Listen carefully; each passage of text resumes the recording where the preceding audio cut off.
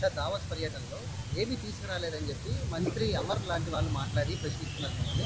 ఏం చెప్తారు సార్? అరే కోడిగుడ్డుని నేను సూటిగా ప్రశ్నిస్తున్నా. మీరు మంత్రిగా ఉన్నప్పుడు మీరు ఏం తీసుకొచ్చారు ఆంధ్రాకి? ఏం తీసుకొచ్చారు చెప్పండి. ఇప్పుడు మేము మాకు ఇప్పుడే థ్యాంక్ యూ అన్న. 7 నెలల్లో 6,33,568 కోట్ల రూపాయలు పెట్టుబడులు తీసుకొచ్చాము. 4,10,125 మందికి ఉద్యోగాలు కల్పించే పరిశ్రమలు ఆంధ్ర రాష్ట్రానికి ఎన్డీఏ ప్రభుత్వం తీసుకొచ్చింది. అది గర్వకారణం. కాగ్నిసెంట్ గురించి కూడా నేను ట్వీట్ పెట్టా కదా, చూడలేదా నా ట్వీట్? ఎవరు మీకు ఇచ్చిందే, మొన్న ఇచ్చిందే. సాక్షి అడిగడా? సాక్షి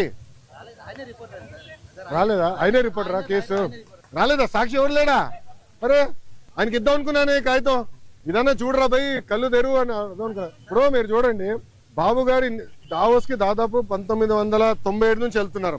దావోస్ కి వెళ్ళినప్పుడు ఎప్పుడు ఒప్పందాలు చేసుకోం. దావోస్ సెర్చ్ ఇస్తాం, ఇంట్రెస్ట్ ఎవరికి ఎలా ఉందో డిస్కస్ చేసి మళ్ళీ తిరిగి వచ్చిన తర్వాత ఒప్పందాలు చేసుకుంటాం. ఇప్పుడు దీంట్లో మీరు చూస్తే విచిత్రం, ఆసిలర్ మిత్తల్ది దీంట్లో ఒప్పందం లేదు పైన. అసలు ఆసిలర్ మిత్తల్ది 1,35,000 కోట్ల రూపాయలు పెట్టుబడి అనేది ఉంది, కానీ ఆసిలర్ మిత్తల్ది ఒప్పందం లేదు. ఎంఓయూ లేదు, మాకు ఎంఓయూ లేదు. ఆసిలర్ మిత్తల్తో మాకు ఎలాంటి ఎంఓయూ లేదు. ఎందుకంటే వాళ్ళు అన్నారు ఎంఓయూ ఎందుకు సార్, డైరెక్ట్ వర్క్కి వెళ్దాం అన్నారు. వాడు మమ్మల్ని తప్పడతారా? ఇప్పుడు వాళ్ళకి మన మెటీరియల్ టైప్ చేసాం ఎన్ఎండిసి నుంచి, ఎన్వైరన్మెంటల్ క్లియరెన్సెస్ మేము కోఆర్డినేట్ చేస్తాం. వాళ్ళు భూమి ఎత్తికి కూడా భూమి కేటాయింపులు కూడా పూర్తి చేస్తాం.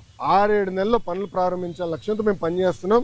ఎన్నికలకు వెళ్లే లోపల ఫస్ట్ ప్రొడక్షన్ అవ్వాలనేది మేము చేస్తున్నాం. అది కూడా మమ్మల్ని తప్పడతారా?